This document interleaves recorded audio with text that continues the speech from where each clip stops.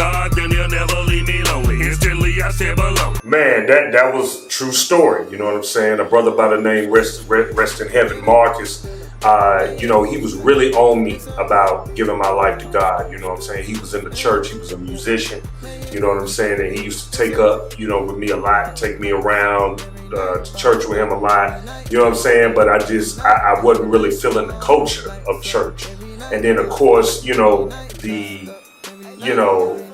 the whole thing about, you know, always fake folk in the church, and there's problems in the church that I get into in the song, but it's like it's problems of the world too. But those were like my reasons for not wanting to, you know, come over into the church. And then, of course, you know, that's something I heard my whole life. You know what I'm saying? Like even before I was born, you know, the doctors wanted to abort me against my mother's will because she had some blood clots like by the sheets, like all the sheets was wet, blood and stuff, and they was, you know what I'm saying, gonna abort me. And I remember she called on the saints and prayer warriors that she looked up to at the time, and they told her that to hide the blood and they wasn't gonna kill me. He's a Moses child.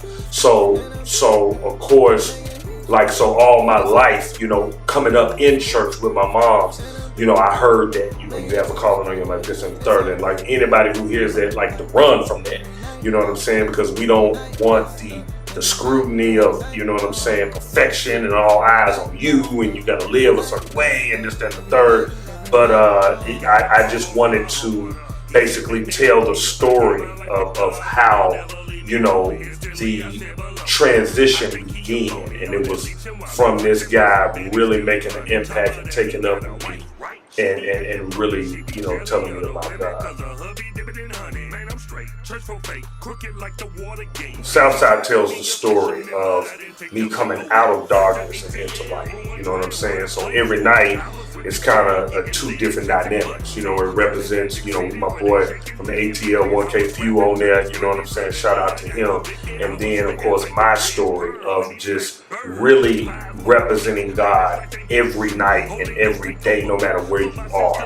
And if you listen to the lyrics, you know, after I talk about, you know, Mark trying to get me saved, I'm going out, I'm doing my thing, I'm in the club, but then in the club, it's like, if you got a calling on your life, it's so crazy. Like, you can be drunk and you can still hear from God. You can be high and you can still be talking about God and hear from God. Or you can be getting a lap dance and ministering to the stripper. It's just like God shows up wherever you are. You know what I'm saying? So it just, you know, I wanted to really depict, you know what I'm saying, how even in those scenarios, you know what I'm saying, that God is there every day, every night.